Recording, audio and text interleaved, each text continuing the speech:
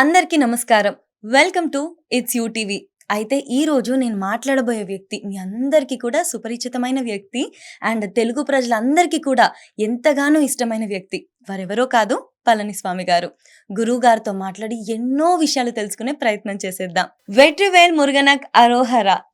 వెట్రివేల్ మురుగనక్ అరోహర. గురుగారు, మీవి కొన్ని వీడియోస్ చూస్తున్నప్పుడు మీరు బ్రహ్మోత్సవాల గురించి చెప్తుంటారు. సంవత్సరంలో 12 ఉన్నాయి అని చెప్పి. నిజంగా 12 ఉన్నాయా గురువు గారు? నిస్సంకోచంగా ఉన్నాయి. 12 బ్రహ్మోత్సవాలు బ్రహ్మాండంగా ఉన్నాయి.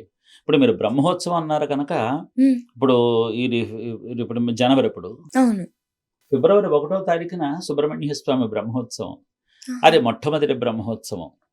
మీరు జనవరి మాసం నుంచి డిసెంబర్ మాసం వరకు ఈ 12 మాసాల్లో 12 బ్రహ్మోత్సవాలు వచ్చేస్తాయి నెలలాను.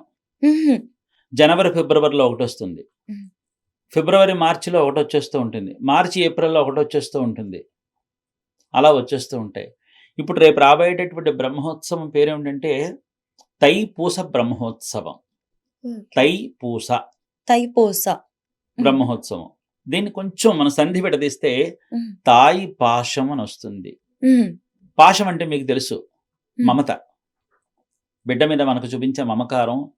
తల్లి పేగు కదిలిపోతూ ఉంటుంది, బిడ్డ అన్నం తినలేదంటే కదిలిపోతుంది, వాడు పడిపోయాడంటే తలడిల్లిపోతుంది, ఒక గంట ఇంకా రాలేదంటే తలడిల్లిపోతుంది, ఏంటి పిల్లాడు ఇంకా రాలేదు. అదేమిటంటారు, దాని పేరు పాశం అన్నమాట. ఈగ వాళ్ళైతే చూడలేదు, అది పాశం. తాయి అంటే తల్లి అన్నమాట. తాయి పాశం, అదే తైపూసం. అర్థమవుతుందా? ఇక్కడ పూసం అంటే ఇంకో అర్థం చెప్పనా, పుష్యమీ నక్షత్రం అని పేరు. పూసం నక్షత్రం అని అంటారనమాట.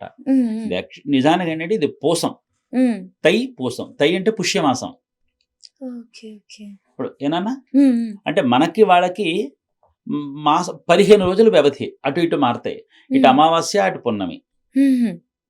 మన అమావాస్య నుంచి అమావాస్య లెక్కెట్టుకుంటాం మాసం, అక్కడ పున్నమి నుంచి పున్నమికి లెక్కెడతారు. అంటే మనది ఇక్కడ చాంద్రమానం, వాళ్ళది సౌరమానం. మనం చంద్రుడిని ప్రతిపాదనగా చేసుకుని మనం మాసం లెక్కెడతాం, వాడు సూర్యుడిని ప్రతిపాదనగా చేసుకుని సౌరమానం చేస్తారు. 15 రోజులు అటు ఇటు తేడా, అంతే.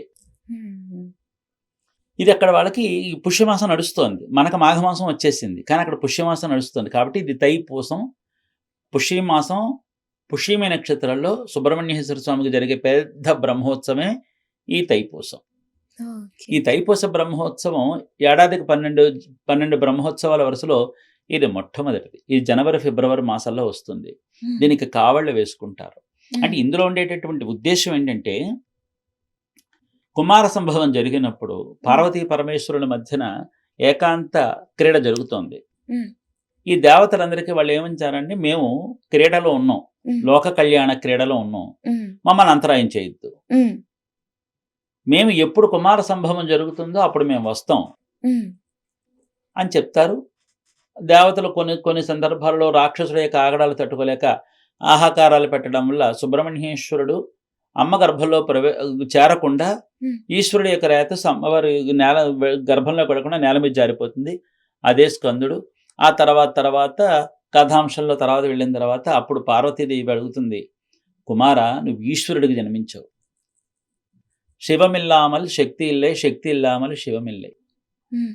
కానీ నువ్వు ఈ రోజున స్కందుడిగా ఆవిర్భవించబడ్డావంటే కారణం నేను కూడా ఉన్నాను కదా, నాకెందుకు మాతృత్వాన్ని దూరం చేసావు అని అమ్మ బాధపడుతున్నప్పుడు, అమ్మా బాధపడకమ్మ, ఇదంతా విధి. ఏది ఎప్పుడు ఎక్కడ ఎలా జరగాలో అది విధి అన్నమాట. విధి ప్రకారమే జరిగింది. నువ్వు లేకుండా నేను ఎక్కడుంటానమ్మా, కాస్త ఓపిక పట్టమ్మా. ఒక పని చెయ్యి, నువ్వు 36,000 యుగాల తపస్సు చేస్తూ ఉండు. ఒక సందర్భం వచ్చినప్పుడు నీ అంశంతా నేనే తీసేసుకుంటా. ఈశ్వరాంశ నేను ఎలాగో ఉన్నాను కదా, ఇంక నీ అంశే కదా నాకు కలవాలి.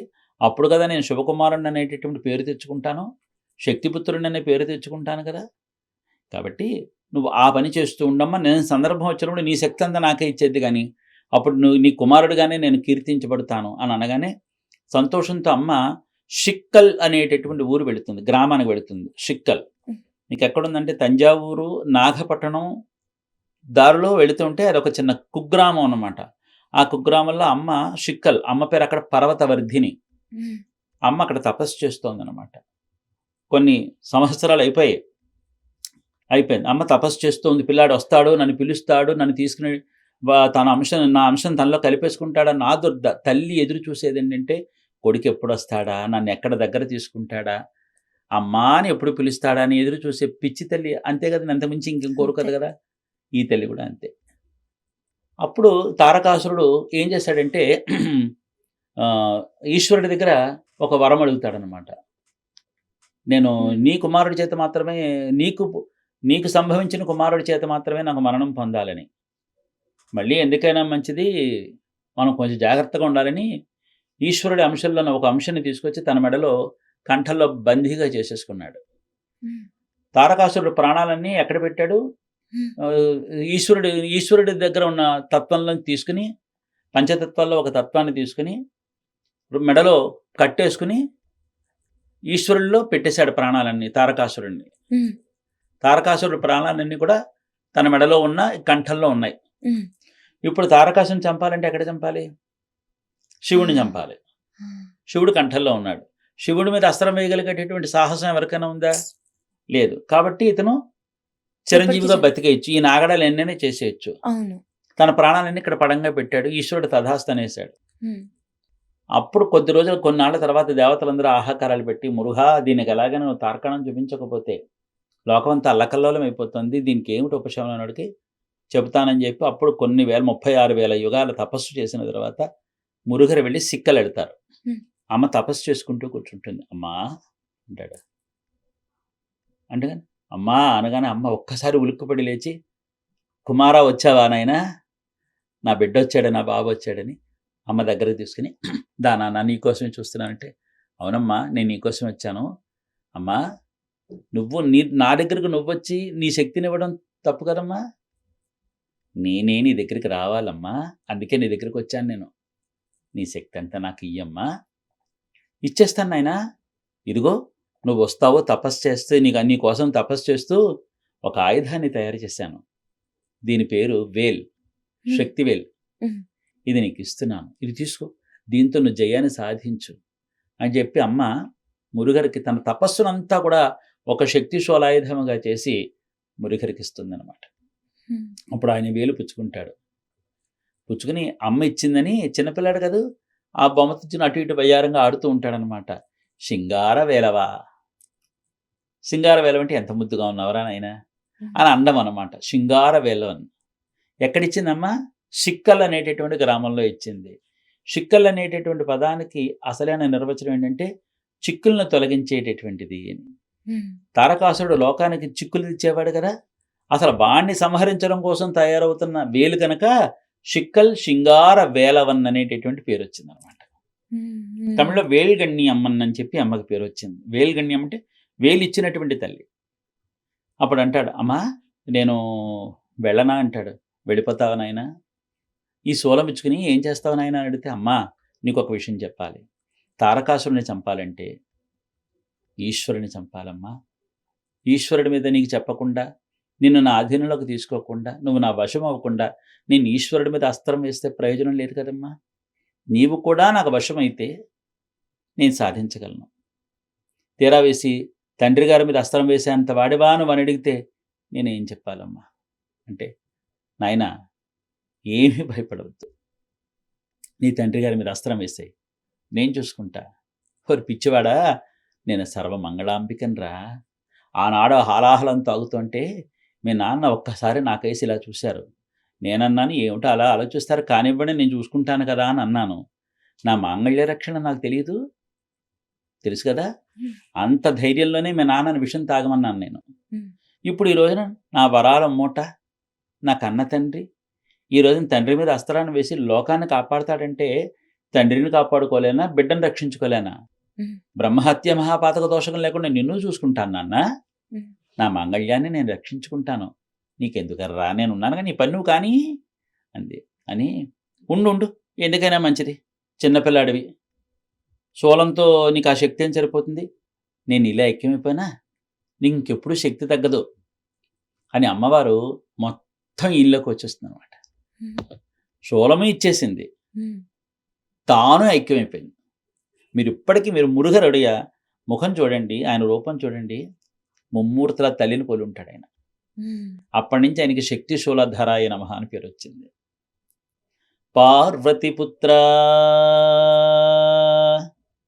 పార్వతీపుత్ర పార్వతీపుత్ర పழని ఆండవా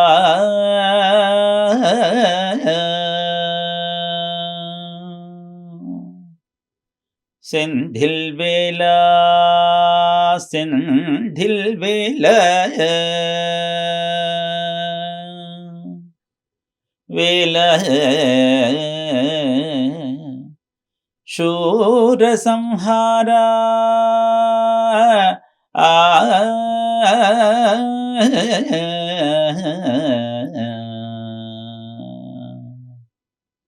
ఇక్కడి నుంచి లాగా శూర సంహారం చేయనైనా అని చెప్పి అమ్మ శక్తి శూలాయుధాన్ని ఇచ్చిస్తుంది.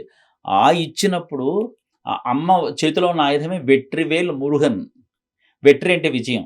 మనం ఇప్పుడు ఇందాక మొట్టమొదటి ప్రారంభంలోనే వెట్రివేలు మురుగనకు కరోహర అని చెప్పి స్వామిని స్తుతించాం కదా నాన్న. ఆ వెట్రి అంటే విజయం అన్నమాట. వేలంటే చేతిలో ఉన్న ఆయుధం. తిరుగులేని ఆయుధాన్ని చేతపుచ్చుకున్న మురుగా హరోహరయ్య.